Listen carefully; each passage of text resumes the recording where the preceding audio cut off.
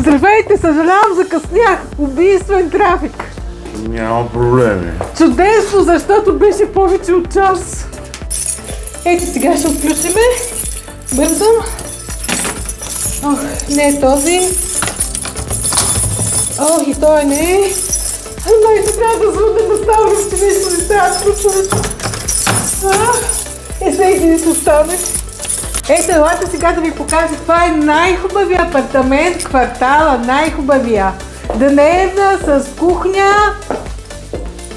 Но това е много малка дневна, не е 35 квадрата, както сте написали в отдяла.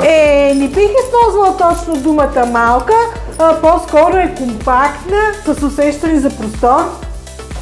Казахте, че има гледка към Витоша, но тук се вижда само задния двор. За гледката към Витоша е горе на 6-ти етаж. Трябва да се качите по стълбите. 4 етажа нагоре има страхотна гледка. Ужас. И банята? Това ли е банята с джакузито? Да, душа има функция джакузи. Много е хубав. А как ви се струва апартамента? Хареса ли ви? Не е това, което очаквах. Каква беше тази цена? 270 000 евро. Вече сме в еврозоната. Левовете станаха еврота.